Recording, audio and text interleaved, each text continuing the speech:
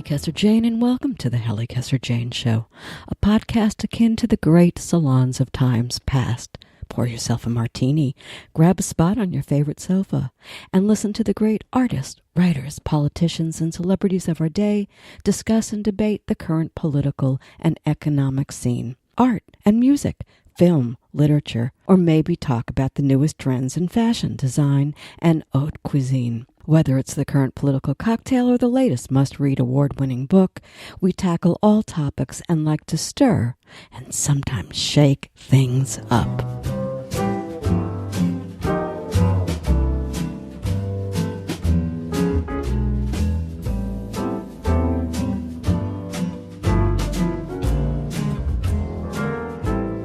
On this episode of the Halli Casser-Jayne Show, we begin with Podcast America, our weekly politics segment in which veteran White House correspondent Matthew Cooper and I slice and dice the current political landscape as we near November 6th and the midterm elections. Also on the show, I had the great pleasure to talk with Dr. Daniel J. Siegel, one of the preeminent experts on the human mind, the author of the new book, Aware, The Science and Practice of Presence. Stay tuned and enjoy the Halli Casser-Jayne Show.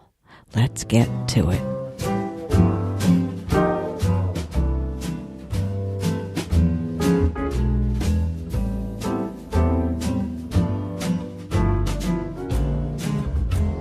Journalist and veteran White House correspondent Matthew Cooper is known for his in-depth reporting and analysis from Washington, D.C. Mr. Cooper has worked for some of America's most prestigious magazines, including Time, Newsweek, The New Republic, National Journal, and U.S. News and World Report. He now serves as a contributing editor to Washingtonian magazine.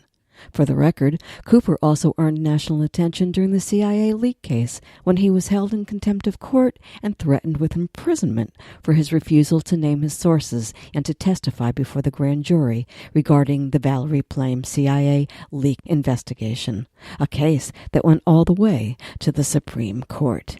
He has appeared on 60 Minutes, Meet the Press, Hardball, The O'Reilly Factor, and This Week with George Stephanopoulos. He's covered Donald Trump extensively. His hard-hitting and insightful profiles of the Donald, always well worth the read. And now, from here until Election Day, Matt will be my co-host on our new segment, Podcast America. I hope you enjoy. Okay, so here we go again, Matt. Another week, more drama. Sad to say, more drama. And you know, this is like soap opera. It's becoming bizarre as far as I'm concerned. And we begin. Let's begin, of course, with this Brett Kavanaugh thing. But before we talk about Dr. Ford, I want to talk about something that happened during his initial confirmation hearing, in which he was proven to have possibly perjured himself before the committee, according to Democrats. Republicans called it something else, whatever. I'm trying to figure out first how he got away with that. And since what is being talked about here is a character issue, right? It seems to me there's a problem before we get into discussing Dr. Ford's accusations. You got anything to say on that level? Yeah, well, the Democrats seem to land some blows about Kavanaugh's testimony about whether he had received certain sort of purloined emails back during nomination fights in the George W. Bush administration. He says he didn't really notice the purloined emails, didn't know that they were purloined. Democrats said, how could you not have noticed that? With subject lines like spying. Right. He said no. And, I think there was enough wiggle room for him, for the Republicans on the committee to say, well, it's not a big deal. And so, I think there's a lot to suggest he did dissemble before the committee, but it was not an open and shut case. And so, he looked like despite that, he was on his way to confirmation until the emergence of this assault accusation came forward. The reason I bring it up is the obvious, but there's a secondary reason I bring it up, and that is because the Dems have been, I think, remiss in not holding his feet to the fire all the way down this thing there along the way here. If we even if we go back to the Merrick Garland thing, they seem to fail on standing their ground. And I find that amazing. And so here we are.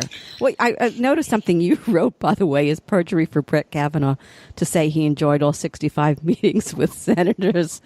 That's our Matt, folks. That's what he tweeted. Well, on Twitter. there are lies and there are lies, I love my Matt. Got a sense of humor.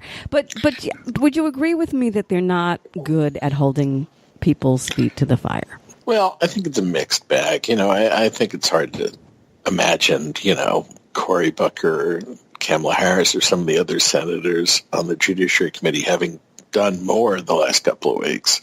I mean, they certainly, tried to pound Kavanaugh as much as they could.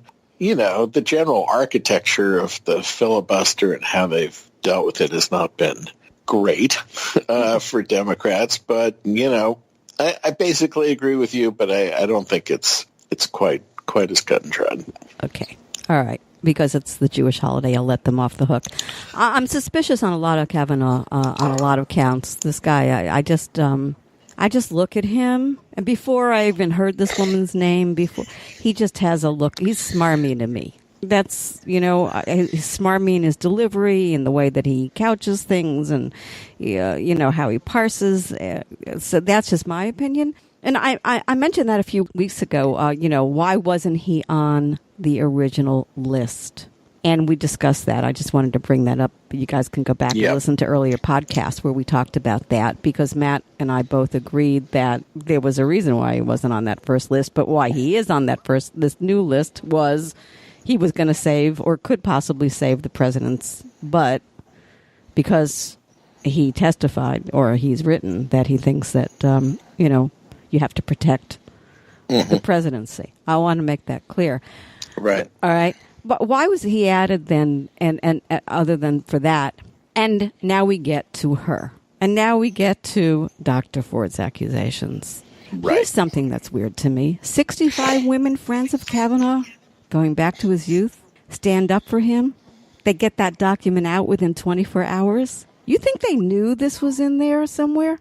Possible. I mean, I know a lot of women from the George W. Bush White House who were sticking by him and who were quite emphatic that the Brett Kavanaugh they know is not at all like the Brett Kavanaugh of the assault accusation. So I'm not sure if there was a little bit of, pre-planning on that letter from the 65 friends or not, but regardless, there are certainly women he's known in his life who are sticking by him during this, and that can be somewhat helpful in these situations. But on the other hand, it's not really dispositive about assault. I mean, anyone who watches Law and Order or other things knows there's, there are people who commit sex crimes in one aspect of their lives and then seem normal in others. So it's not really proof. It doesn't really disprove what Dr. Ford said. It's just a bit of evidence. It's politics, right? It was politics. Yeah. And the reason I said that is because those women now, nobody can get them to say anything. Only 3 out of that 65 are sticking with him, hook, line, and sinker. Well, presumably some would have some doubts now about the accusation. We'll see what happens next. I must say, if you step back to 30,000 feet and sort of think about this era, the number of kind of questions of harassment, assault, untoward behavior, you've got, going back to the 90s, you've got Clinton, Gingrich, John Edwards, Clarence Thomas, Trump, Kavanaugh, and that's leaving aside the whole Me Too movement. I mean, that's a lot of, it's made a big difference in this part of our time and epoch. So you're not saying that you don't believe that. I mean, you're just saying men are horn dogs, and they finally got caught.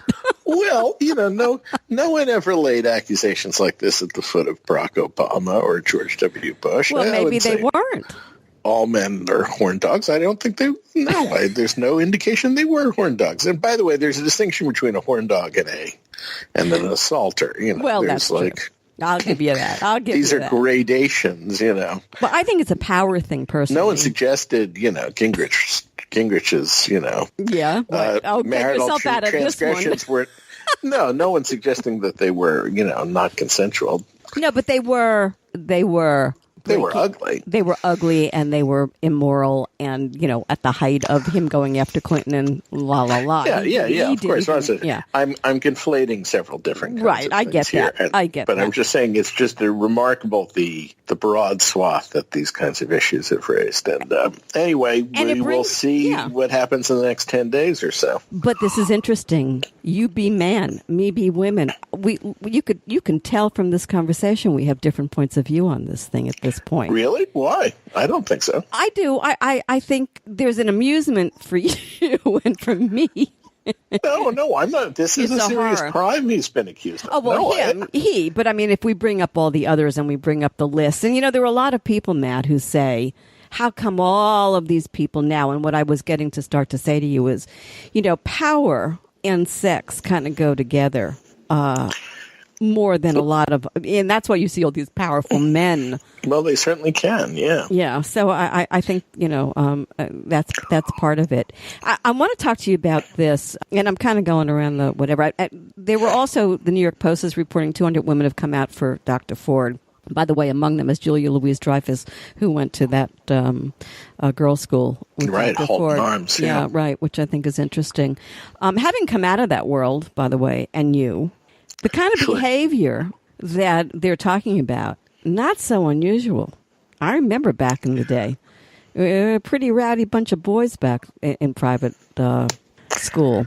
At least the one I went to, were the ones that I went to dances with, et cetera, et cetera, et cetera. Well, I didn't grow up in the D.C. area, but you certainly heard things, and I think there was probably more countenancing that kind of thing then than there would be now. But it's very ugly, and it's a very serious charge that Dr. Ford leveled, and I'm glad it's being taken seriously. I think the question now is, how far is it going to go? Are we even going to get to Monday? Is Kavanaugh going to make it through the week? Question: and what's Monday going to be like? And is she going to show up? Because she hasn't confirmed that she has. And that's I don't know. That's odd to me. That's odd for silence. There must be a reason that she's being silenced. I suspect, if I had to guess, and I don't have any reporting on this, but if I had to guess, you don't want to, if you think there's a chance he's going to withdraw before then, why commit to coming, That's one reason. The other is that they're up to something, and or there's background negotiations. Yeah, I mean, you don't know why she might be hesitating. Right. So, who knows? I mean, but right now, we're still on track for a wild ride. She said hearing on Monday. I don't know if we're going to get there, though. I don't think the Republicans want to live through Monday. And, I just read a great piece by a psychologist who said this is not a he said, she said anymore. In a court of law, it would be past that because of the fact that she's documented that she spoke to a girlfriend who said 212. That's true. And also because of what her psychiatrist or psychologist has on There's no in her question. notes. So it's no longer he said, she said. There's actually, bona fide information. There's no question. I want to talk to you about Senator Feinstein. How are you feeling about the way she handled all this? Well, I think this is a tough situation for her. And it echoes a bit of Anita Hill. When you have someone come forward kind of reluctantly and they ask for total confidentiality, what do? Do you sort of tell other people on the committee where it's going to leak, or do you kind of sit on it? I mean, I think, she basically chose not to air it. And but did she leak it? Well, I don't know how it got out. Well, they're saying it came from her office. They're trying to pin it on kids who work there, but. Mm-hmm. Well, I mean, the journalists who got it aren't going to say how they got it. I think it's we're kind of past the point of that. I mean, I don't think it's. One thing you say about Dianne Feinstein, she's not a hothead, and she's not. She didn't go rush to the cameras when she heard about this. She didn't race to make it a huge thing. No. In fact, I wrote, and I don't know if you agree with me on it, that I think she's a very deliberate woman. She didn't get where she got and stayed where she stayed. She's denied the Democratic endorsement in California because the lefties don't like her, and she's pretty. But she has a reputation. Oh, I'm sorry. Yeah. Go ahead. Well, I'm just saying she has a reputation as level-headed. Did she err in judgment here? I don't really know. I don't know that she erred in judgment. I guess where I'm going to go with it is that she may have been highly deliberate in the way that she handled it and presented it. to use it for its maximum bombshell, whatever. And I don't begrudge her that. That's politics. So, because then you get to the question of why does the good doctor have a lie detector test all ready to go? Dun, dun, dun, dun.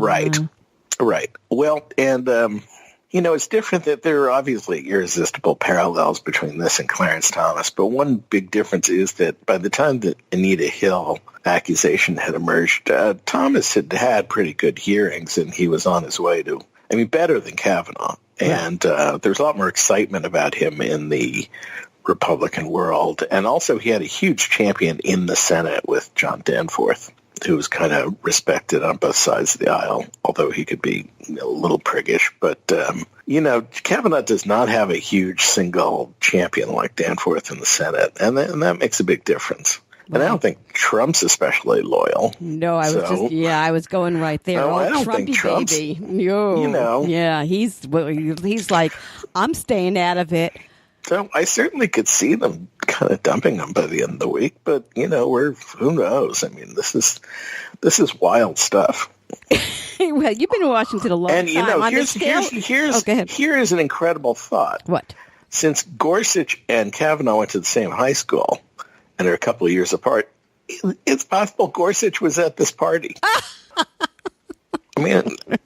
God. The party, by the way, he says he was never at, which is really interesting because can you go back and say I was not at a party? Unless the person didn't offer any. The person offered no indication of who held the party or when the party was, except it was high school. So I don't see how he could be categorical. No, and I think that's a lie, and I think he lied about this too. And I think at the end of the day, if you're going to get him, you're going to probably get him on lying rather than being able to say this is what he did and he's gotten caught at what he did. That's my thought. But I want to go back to Trump because Trump has never been as cagey. He can't keep his mouth shut, and he's keeping it shut now. I didn't see what was going on in the press conference that's going on as we're recording this, but he certainly took the I wish Kavanaugh would just go away, right? Because he's got a problem with that too, doesn't he? He's got his own sexual assault issues. Well, sure, he's got that, and he doesn't like people, kind of, embarrassing him or stealing the limelight. Eventually he gave up on Scott Pruitt and, other types. So I don't think he has any particular loyalty here. And the fact that Don McGahn is his big champion in the White House, I don't think counts for that much. So, we'll see. I will say if Dr. Ford doesn't come Monday, then I think he could survive this.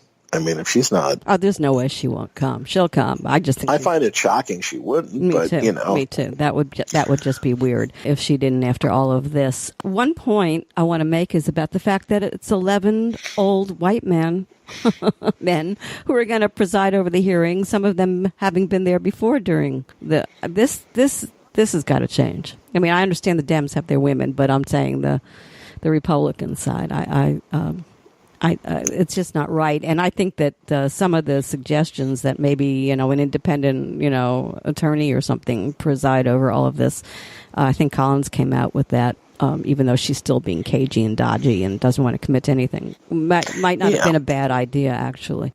Well, that used to have been more common in a lot of high-profile hearings to have an attorney, or at least the committee counsel do a lot of questioning. But you don't see that as much anymore. Because these guys aren't up to the job. And frankly, if I were them, I wouldn't want to be presiding over. I'd want somebody to come in so we don't look so terrible, mean, awful.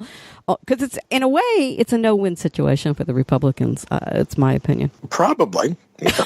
I don't think they can. Yeah, I don't think they're conscious of not seeming, not appearing as heartless as the Judiciary Committee did during the Anita Hill thing. But we'll see. I just don't know if we're going to get to Monday. It's only Tuesday. I know. We're recording this on Tuesday. Right, exactly. So who knows? I don't know. We'll know. But I'll tell you one thing. Everybody's going to be glued to their iPhones and their computers for the next few, and their TVs, because this is, like I said, this is a royal soap opera. And speaking of soap opera, for the sake of levity, Ms. Stormy Daniels' book was leaked to the tabloids. Right. So, Matt, here's all I want to say. I'm giving up mushrooms. Yeah, it's I found a thing on what do you call those things? Those I forget what they call them on Twitter. You know, you can where the thing keeps repeating itself. I found one that was a mushroom that was an orange, and I posted, you know, orange PP, teeny weeny. Guys, this is if you think it was bad before, and and I bring that up because some right winger was assaulting me yesterday on Twitter about my ranting and raving, and I find it very interesting where they go. You know, they always go back to the same arguments here, there, and wherever, and they always pull this moral high ground, right? Which I find so yuck. So absolutely. Yuck. So in the face of all of this, can I throw something completely weird off? It's on target, but it's not. And that's, should there be term limits on these Supreme Court justices at this point? And for that matter, on Congress, we all live longer lives. Time fast. I think it's time. These lifetime appointments, I think, are stupid. Well, there is a case for it. Some people have advocated an 18-year term that's staggered so that we would have a new justice every couple of years, and it would sort of more accurately reflect the electoral trends rather than it being sort of left to chance. For instance, Jimmy Carter got no appointees. Right. Reagan got a few. Some get more than others, and it's kind of, just has to do with actuarial tables or the resistance of the judges wanting to leave. So, there's kind of a case for that. That would certainly ensure a lot of independence, an 18-year term, without it being quite lifetime. But, on the other hand, do you want Supreme Court justices eyeing their next job? I don't know. It's an interesting question. I don't know that they don't anyway.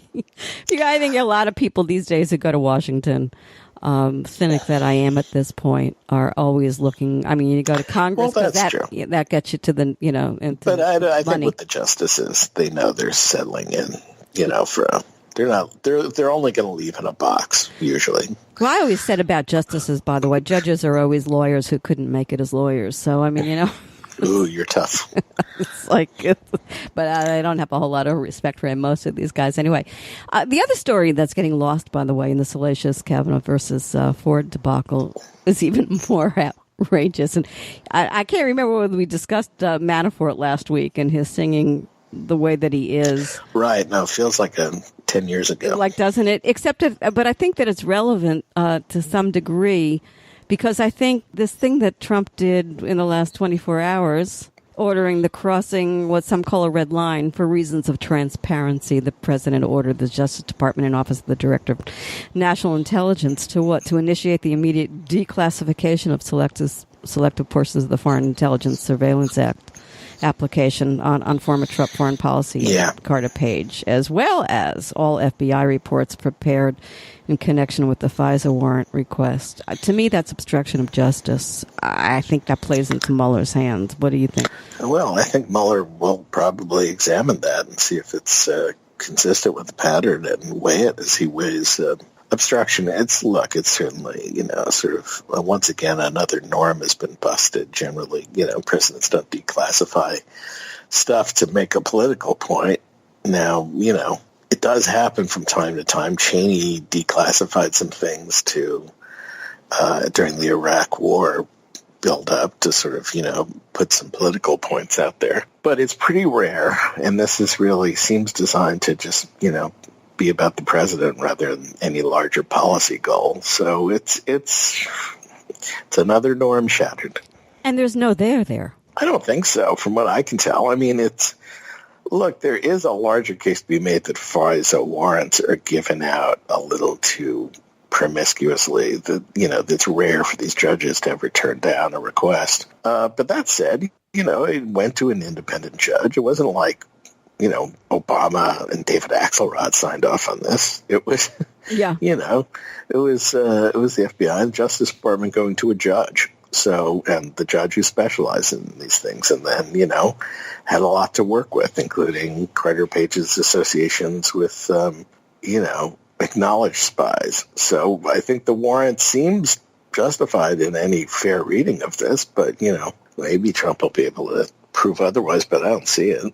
Yeah, but it's the same way he always goes. Whatever his base is, what is it at 35% now? Yeah, they so ignorant of the facts that they just take anything he says and nobody reads the fine print. They're already that he plays it like it's a Stradivarius. He plays them like he's playing a Stradivarius. I've never seen anything quite like it, and I hope America's not as ignorant as half of 35% seem to be. I'm going to say it. It's to me foolish. Help, Yeah. All right, let me change subject before I get myself in a whole lot of trouble. I don't want to go too far out. Let's just take the pulse real quickly on the midterms. Dems surprisingly strong in the Senate races. In Arizona and in Tennessee. Manchin's way up in West Virginia, which may give him, if this thing does go to vote, might help him. Not a perfect scenario, but this Senate thing is not a absolute. They can't win at all. No, not at all. I mean, they got to hold everyone, and they got to pick up two. And I think they can pick up Nevada and Arizona. Right, yeah. Can they hold everyone? I think Missouri's tough, and Florida's going to be a fight, and a couple others are going to be fights. But a lot of ones who, a year ago people thought might be in trouble, Montana, Michigan, Ohio, all look pretty safe. Manchin way out. I think all the Dems are voting against Kavanaugh. I think they have plenty to hang their hat on now, and a lot to lose by voting for him at this point. I agree with that there. So I think any chances of like Heidi Heitkamp voting for Kavanaugh, I think, are gone. What do you think about Flake? And I think we're going to see. McConnell can count votes. I'm not sure we'll have a vote if he doesn't have the votes. I think if Ford presents herself even kind of okay, I just don't see him getting it. I just think that's a very tough vote for Collins and Murkowski and Flake and maybe some others. So I don't think he's going to get it unless there's demonstrable holes in her story, and I don't see how that can even be proven. So then my next question to you is: so if he goes down, can they get somebody up and running and ready and voted for before the midterms? I don't see it. Now you could put a nominee out there to kind of rally everybody, right? Like he picks the. I'm sorry, I'm blanking on her name, but a woman judge from Indiana who a lot of the conservatives like. Yeah, I know who you mean. He could put somebody out there to kind of get his people stirred up, but I don't think they're going to be able to, have somebody put him through the FBI check, set up new hearings, all that stuff by, 6 weeks from now. So yeah, I think I think the term will start on October 1 with just 8 justices again, but we've been through that. Right. Exercise. That works better, actually. And by the way, Kavanaugh goes back to the D.C. Circuit where he gets to serve with Merrick Garland. Yep. I mean, that must be quite a water fountain conversation. I am telling you couldn't make this stuff up if you tried. You just can't, you couldn't. Right? I mean, it's absolutely fascinating. I want to just go back to the midterms for a minute because I do want to talk about Tennessee only because I can't stand what's her face. Marsha Blackburn. Thank you. Yeah. She's such a disruptive person. Those kind I want to see go from both sides of the aisle if it's necessary. I'm pretty down the middle, as you know. But when I see that disruptive thing going on and somebody who just likes to get themselves out there so, I'm talking to my friends in Tennessee and saying, get out and vote. I want to talk about one other thing before we finish. That's the economy as we go into the midterms. Inflation's up. Trump's messing with the tariffs. Healthcare costs are up. Food prices out of sight. Now, today, the senators are pushing the price of oil up to $80 a barrel. That will kill all those people in the rural districts that Trump needs. Because out there, you got to drive and you got big old pickup trucks. Right. I'm wondering if that's not a Tillerson plot. I'm thinking Tillerson's going to take him out and he's going to do it through oil. What do you think? Am I too crazy? Am I off the wall? Well, he's an oil man by nature.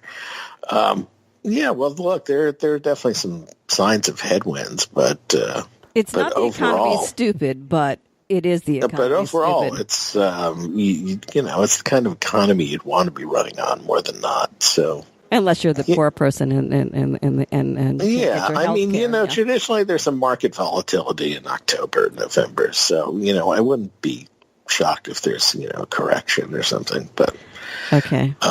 We'll see. So do you have anything to tell me I don't know? Anything that I'm supposed to know that I don't know?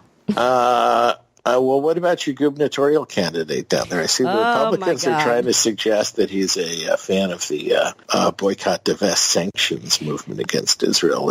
I didn't think their case was very convincing from what I read. But I'm surprised you picked it's an issue. It is an issue. I don't think it's going to affect his polling, though, because I don't think I think at this stage the Jews who are dead in Florida, they're like everybody else. I'm a Christian, I'm a Jew, I'm a this, but I'm retired. Leave me alone. I've done my payment. My kids went, yada yada. So it's not like number one on their hit parade of things when they see the other side of this wacky guy. I think that offends them further. I think this guy is smart enough to pivot. Barack Obama was not friends with Israel either. So I mean, you know what I'm saying? I mean, I think Gillum is quite agile. He's surprising the hell out of me, I got to tell you, because he's really got everybody, including people I never thought would think of voting for a black person, just enthralled down here. I think the one who's getting pounded, and I haven't seen the polls, is Rick Scott. They are just tearing him to shreds in the press. Rick Scott. Oh, they're tearing Rick Scott to They are. So you think Nelson's going to pull this? I don't know who's going to pull it off, but I'm watching the press do what they never did the whole time he was governor, and that is beat the hell out of him. And he was somewhere yesterday. And they had like over 500 people, which in Florida is big, out there screaming at him because of all the algae and stuff. I mean, people are not happy with this dude, and they want him out. And the press down here is running about his offshore, finances, and that he's made deals. His money is coming from deals that he and his wife have both made, like the train they're trying to push through. They got stopped. So he's getting nailed. And the Tampa Bay paper, I'm like, oh my gosh, look at this. This is news.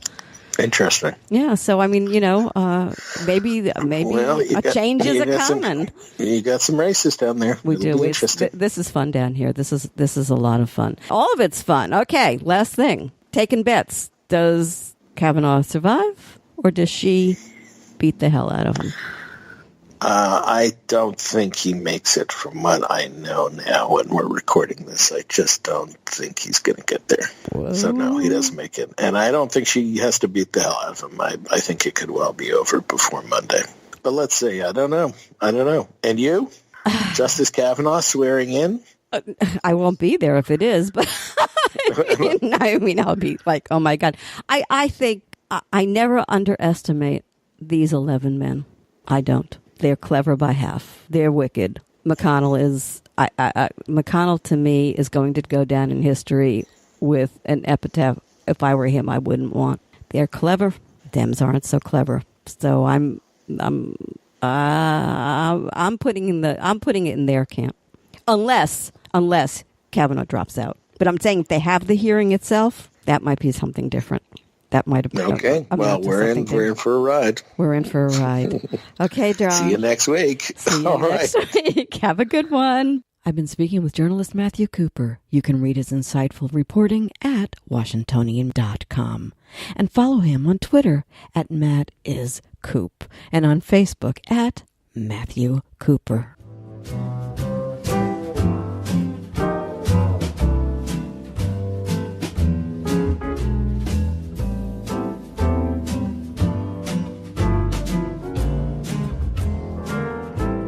You are listening to the Halli Casser-Jayne Show. My guest today is veteran White House correspondent and contributing editor to Washingtonian magazine, Matthew Cooper, my co-host on Podcast America, and Dr. Daniel J. Siegel. The Halli Casser-Jayne Show posts new podcast Wednesdays, 3 p.m. Eastern at hallicasserjayne.com and is available wherever you listen to your podcasts. Be sure to find me on Google Podcasts, Spotify, Apple Podcasts, and on all your favorite apps. You can find the Halli Casser-Jayne Show on your Alexa device, too. Oh, and come play with me on Twitter at the Halli CJ Show.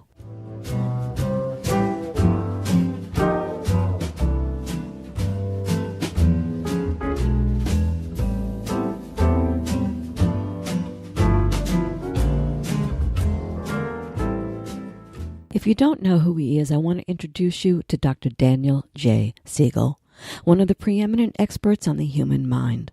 Dr. Siegel is clinical professor of psychiatry at the UCLA School of Medicine, founding co-director of the UCLA Mindful Awareness Research Center, and executive director of the MindSight Institute. He's one of the most interesting people I know.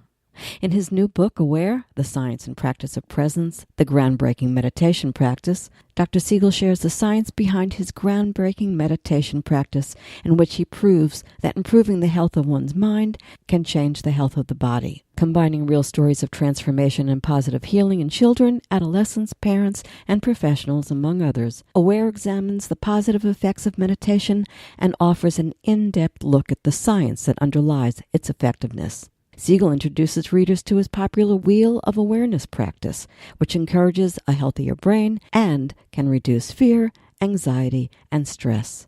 Siegel goes so far as to say that by practicing the Wheel's methods, one may also improve immune function to help fight infection, keep cells and you youthful, well-functioning, and healthy, prevent life-saving inflammation, modify cardiovascular factors, improve cholesterol levels, blood pressure, and heart function, and facilitate optimal functioning, including self-regulation, problem-solving, and adaptive behavior that is at the heart of our well-being. Does all of this sound like hocus pocus? It is not. Let's talk with the author of Aware, Dr. Daniel Siegel. Hello, Dr. Siegel. How are you today? Hi, Halli. I'm doing fine. How are you? Oh, I'm fine, thank you. I'll be better when I have a chance to meditate later. I couldn't get to it this morning. Anyway. Good. There's a thing called the Wheel of Awareness you could do. Yeah, well, we're going to talk about that Wheel of Awareness, and I'm going to try your methods. I haven't tried them yet. Let's start here, though. Oh, good. It's everybody's talking about meditation these days, and I think that's phenomenal. Who would have thought, right? Even old people. It's hardly new, and I just wanted to get a brief history here because it didn't just pop up out of the sky. It's been around. It's tried and true. Talk to me. It has been, yeah. For thousands of years, contemplative practices have existed in different cultures, which basically is how you focus inward to develop the mind. And research has been studying some of those practices in the last really decade or two with some amazing results. And at the same time, I, as a therapist, was really thinking about how I could help my patients integrate consciousness and develop this thing called the Wheel of Awareness, which originally we just called a reflective practice, but once meditation became clear as just a way you train the mind to strengthen it, then it came to my attention that this Wheel of Awareness was actually a meditation. And so we can talk about that, but it's fortunate that it has actually the components of practices that have been studied that have been shown to develop well-being. Okay, so what exactly, you just made said in a sentence, I thought eye-opening as to what it is, because maybe people don't know what it is. What exactly are we doing when we're meditating? What's the purpose of meditation? Yeah, so the word meditation, just to start with that, simply means something that is going to strengthen your mind. And you might say, okay, well then what's the mind that you're strengthening? And it has at least three aspects to it that studies show you can strengthen. One is how you focus attention. Like if I say, Halli, right now, focus attention on this sound. Hello. Now, right then, you were focusing on sound.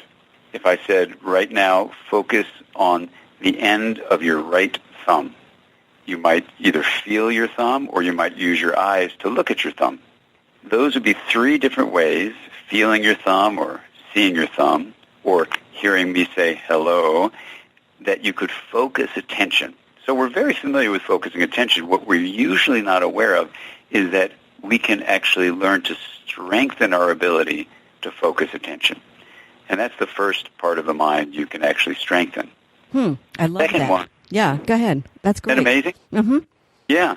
And there's a saying that I like to say, which is where attention goes, neural firing flows, and neural connection grows. So to put it simply, with the focus of attention, you're actually getting your brain and your head to be activated. That's neural firing in a certain way.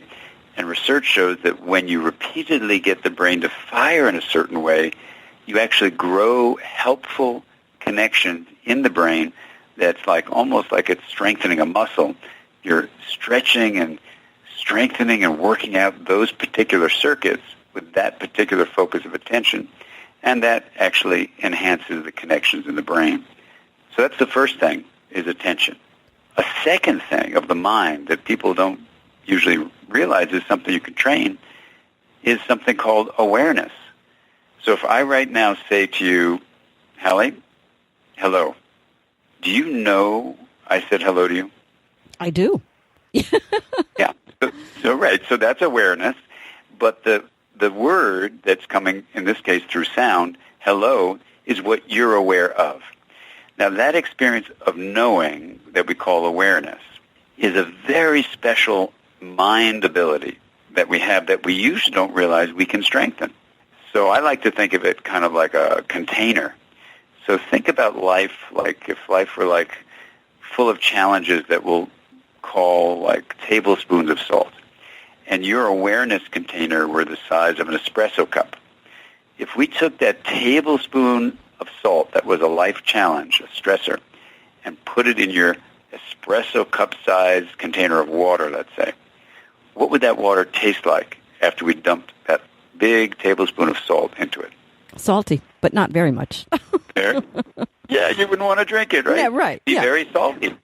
Exactly. Now imagine if we could say, okay, we're going to train your mind to widen that container of awareness. So instead of being the size of an espresso cup, let's say we're going to make it 100 gallons in size. And now you've done your work. You've strengthened attention. Now you're working on awareness. You've widened that container of awareness. And now life, like life will do, is going to throw a curveball at you, like it does to all of us. And it's a tablespoon of salt. But now you've got 100 gallons of awareness. We take that tablespoon of salt. We swish it up in the 100 gallons of water. And now we're going to take a sip. And you're sipping from your awareness now.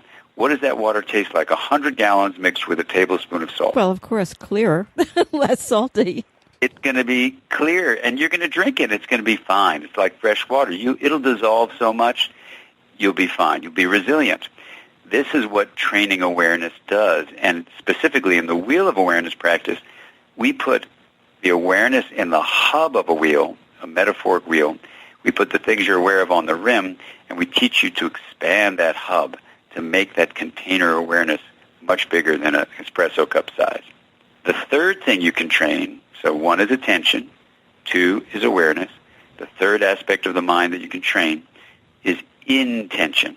So intention is basically how you're setting your mind up to have a certain attitude, a certain kind of direction to how it's going to function. And the kind of intention we want to cultivate is called kindness. And kind intention basically is a term that means being caring and kind to yourself. It means being caring and kind and compassionate also to what you might call other people. And in this way, kindness is a form of positive regard. Now, a lot of us run around frustrated, irritated, impatient, and the last thing we have is kind regard for ourselves or others. And yet the research is really clear. When you develop kind intention, you actually develop a positive stance inside your body, inside your relationships, and even when you look at how the brain functions, it functions in a much more effective way when you're bringing kindness to an interaction. It's basically how you become receptive rather than reactive. And this is a very exciting moment because you can look at the research on mind training practices that are called meditation and mind training practices that build a kind of attention that's focused, so focused attention, a kind of awareness that's open, so open awareness, and a kind of intention that's kind, so kind intention. Those three pillars of mind training have been shown to make all sorts of research-proven positive changes in the molecules of your body, and they integrate your brain, making your brain more linked so that it's actually more resilient and nimble.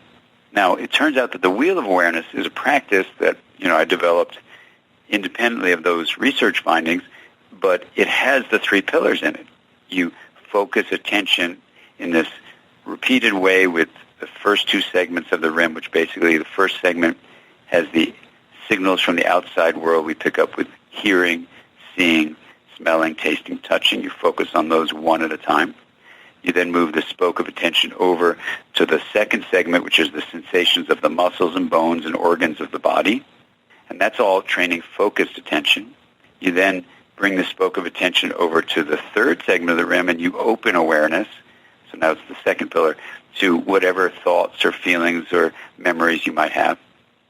And then you bring the spoke over one more time to the fourth segment, and you develop kind intention with positive statements and with feeling your interconnection with other people and with the world around you. There's even a more advanced step that I teach in the book Aware, where you bend the spoke around and explore the hub itself, and that's another way of developing open awareness. So in all these ways, go ahead. Get all three pillars in one practice. So let me go all back. Three pillars are in this one practice. All three pillars are in this one practice, and that's great. I want to explore that a little bit further, but I want to go back one step because I do meditate, and I have a lot of friends who, how do you do that? What's that about? And they're confused. They go into it saying, okay, meditation, like what's mindfulness? What's presence? What are all these words that are throwing, the movement, if you will, is throwing around? Maybe you can clarify some of that for people to simplify so that they understand exactly what it is, which words and which aspects are there for people to comprehend. And, let me also add that everybody's got their own take on this. I mean, Chopra has his, So meditation, mindfulness, presence, it can get a little confusing for the beginner. Absolutely. No, and I think it's really great that you're asking these important vocabulary questions because people do throw out these terms. So let's start with just the meditation term. That's a practice that trains the mind. Then you have the term presence. So presence simply means receptive awareness. So just to give you an example, a boy, Billy, 5 years old, kicked out of one school, transferred to another school. Teacher teaches all the kids in kindergarten the wheel of awareness. Billy learns it. The second day, the following thing happens. She writes me an email about this. Billy's on the yard. He runs into the classroom and says, Miss Smith, you got to give me a break because I'm out on the yard. Joey, he took my blocks, and I'm about to beat him up. I am lost on my rim. I got to get back to my hub. That's presence. He had the capacity to sit in that hub, feel his impulse to hit Joey, but not hit him. Have the openness of his awareness to say, I can feel the impulse, but that's probably not a good thing to do. I got kicked out of my last school. He runs into the teacher, says, give me a break. He's able to use this image of the wheel to drop into the hub instead of being lost in the impulse of his arm to hit Joey. He drops out of that rim, comes into the hub, and in the spaciousness of awareness that he's learning just from the drawing, he develops presence. He's present for even his impulse to hit, and he's present for the other options that he can choose. He's in control. And a month later, he wrote me, 5 years old, yeah. Right, so in a way, you're talking about control. It's we're in our self-control. Right, that's right. Yeah. Presence, what gives you control. Now, mindful awareness, the next term you asked about, has an overlap with the presence. It's not exactly the same.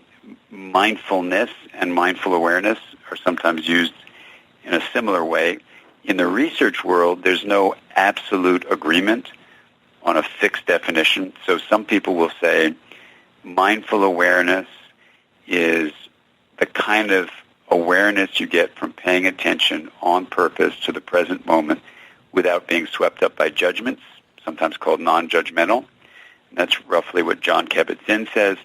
Other people would say, well, it's that, but it's also kind regard, and it's a kind attention. Other people, that's Shauna Shapiro, other people like Jack Kornfield and Trudy Goodman Kornfield and Ram Dass would say, it's loving awareness.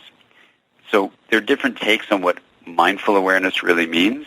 For me, presence is very useful because you can look at studies that have nothing to do with meditation or mindfulness or anything, but that actually study this thing called presence, which is basically, are you present for what's happening as it's happening? And you can show that even if no one's ever meditated, if they have a lot of presence, they're healthier. The opposite of presence would be unintentional mind wandering, right? So when you decide, okay, I'm going to do a meditation, like your friends who don't do it, you can tell them that what you're doing is you're developing a receptive form of awareness that research shows cultivates health. And you'd be absolutely right on the money, correct. If they say, well, what do you mean by receptive awareness? It means you can sit in the hub of this metaphoric wheel and just be aware of anything on your rim. And in a sense, what you're going to say is, bring it on. I don't have to avoid any kind of memories or emotions. I'm open to anything. If a friend of mine is suffering from some real sadness, I can be present for them, because when I feel their sadness, it doesn't throw me into a tailspin. That's presence. Question for you, right? And I'm fascinated by that. But I want to ask you how I assume you've been meditating forever, right? So you should. I have not been meditating forever. No. Oh, good. Okay. When did you start? No. So, my meditation practice, started relatively recently. I mean, I developed the Wheel of Awareness in the late 90s. In that time, I was writing a book on attachment, and my daughter's preschool director and I wrote a book with the word mindfulness in it by accident, because we said you should be intentional and caring and conscientious, and we said be mindful. People said, when are you going to teach us to meditate? And I said, because I'd never meditated before, I said, what do you mean? And this is parenting from the inside out. What are you talking about? And they said, look, you say be mindful. That means be a mindfulness meditator. I said, no, it means be conscientious. That's all it means. So that's when I was first introduced to these different folks I just mentioned. All these people are now colleagues and friends of mine. But that's just like about, I don't know, maybe 14 years ago. That's still a long time, right? Yeah, it's still, that's impressive. Well, that's, yeah. Yeah, I am impressed. But the reason I'm asking you is this. I'm asking you because what you're really describing is being in touch with one's thoughts and one's feelings and one's sensations or whatever. And we can go, all the gamut, but it's being in touch. And what I want to know is, in your own experience, starting off when you did as to where you are now, because a lot of us float. I know I float, I want to stay in, focused. I want to stay aware, but the mind wanders. Do you, in your own practice, see that you are, a better percentage of your time is in awareness? Because what we're talking about here is awareness. Tell us your journey, because I think it's fascinating for people to know what you can actually get out of all of this if you give yourself into it. I agree. Because I wrote a book called Mind, which was, letting people know exactly what my journey has been over the last 40 years. So I'm happy to share it with you. For me, the spaciousness I get every morning when I do the Wheel of Awareness practice is different every time. But when I experience the hub, there's this timeless quality, this peace, this sense of joy and love that sometimes it's just a glimpse. Sometimes I drop into there and it's just filling me up. Sometimes it's just a little catching a sense of it.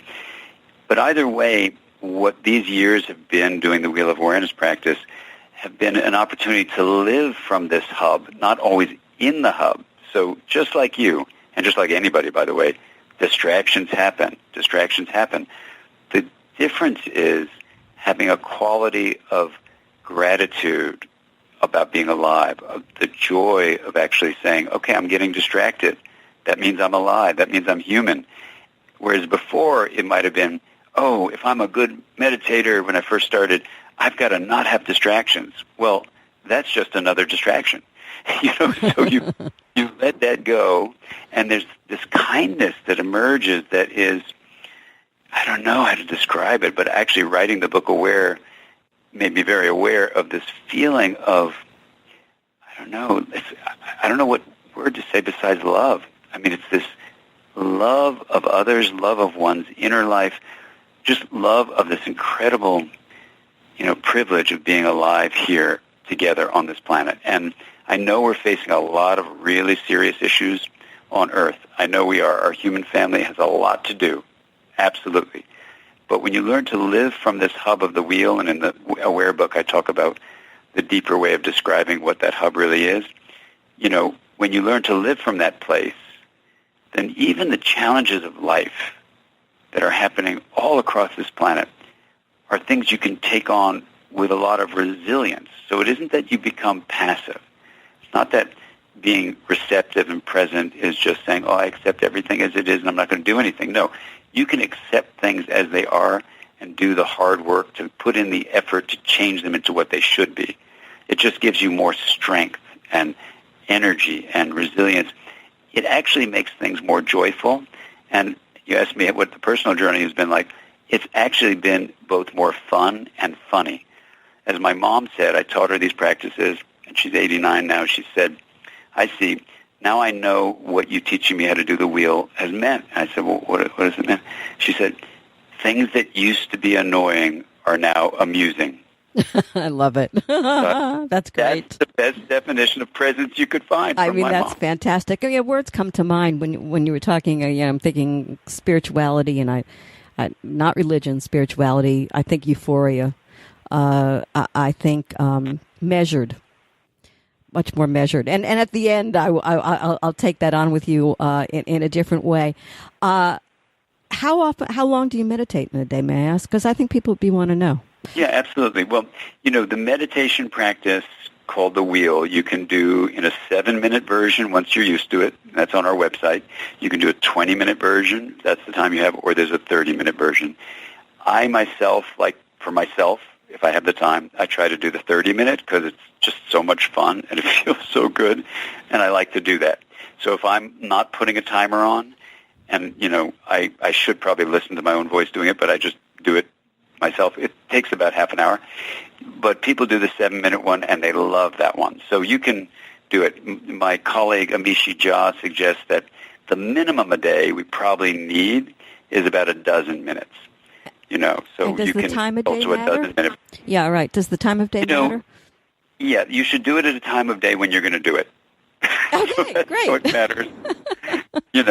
Some people say, and I find this true for myself, I'm going to try to do it in the morning because something's going to come up later in the day that I'm going to say, I'm too tired, I can't do it. So if you sort of build it in the morning, that's probably good for a lot of reasons, but it's just like I said, the time of day to do it is the time of day you can do it. And if people say, I don't have time to do, even 2 minutes, then I say, well, then do 3 minutes. Because if you're that busy, if you can, then you should find time to give to yourself, because this is a gift that keeps on giving. It's just like brushing your teeth. I once asked my dentist, I said, what's the story of teeth brushing? He goes, it's very simple. You only floss and brush the tooth that you want to keep. Right? So if you want to keep your mind young and nimble, do this practice just like if you brush your teeth. If you find the few minutes a day to brush your teeth, you can find these few minutes a day to brush your mind. Yeah. Kind of like mental floss. Fastest 25 minutes I think I've ever spent. You're a joy. Let me take you here at the end of this. No, this has been eye-opening even for me. In 2018, people, you even said it, we're all frazzled. This country is a mess. And there's a lot of information coming at us. There's pollution, there's chemicals, there's stress, there's the internet, there's politics. I think the whole world right now, it's just wacky because it's like we're being assaulted. And all of us are just, gosh darn, cranky. You talked a lot of things about meditation. Is it going to cure American cranky? Tell me. Can it cure American cranky? We do live in these things that people call VUCA times, V-U-C-A, volatile, uncertain, complex, and ambiguous, meaning we don't know which way it's going to go. And so those VUCA times are hard. They're hard for all of us. They're hard for just being an individual. They're hard if you're a family member and you care about your family members or friends. It's tough. I'm with a group of 50 people right now on a kind of pilgrimage to just think deeply about where we can move our cultural evolution. So I'll just say this about it. We need to have the oxygen supply to ourselves as we're going on this wild ride, and it's going to be thin air where we're going. This meditation practice, the Wheel of Awareness, has the components to give you the oxygen you need, to have the strength, to have the clarity, to have the tranquility, to have the joy, and I'm going to say this with all due respect how serious things are, to have the fun and the humor that we absolutely need, or we're not going to make it through. You know, we don't laugh just in spite of the troubles. We have to actually have the deep feeling of clarity and resolve inside of ourselves that can bring this giggling, this laughter, because that means that we're not letting the suffering in the world kill our love of being alive. Then we take that love, that resilience, and we go out and we make changes in the world. But just like they say on an airplane, you have a loss of cabin pressure, you put that mask on first, and then you help other people. This Wheel of Awareness is your oxygen mask. If we started doing that, the deep conversations we can have, seeing through all the nonsense that's going on, and finding the positive in human beings that we can bring out in them because we're bringing it out in ourselves, that's the path forward. Thank you, sir. What a delight.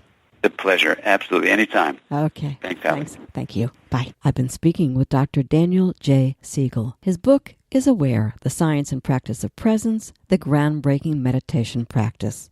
For more information on the book and to try out one of his meditations, visit drdansiegel.com.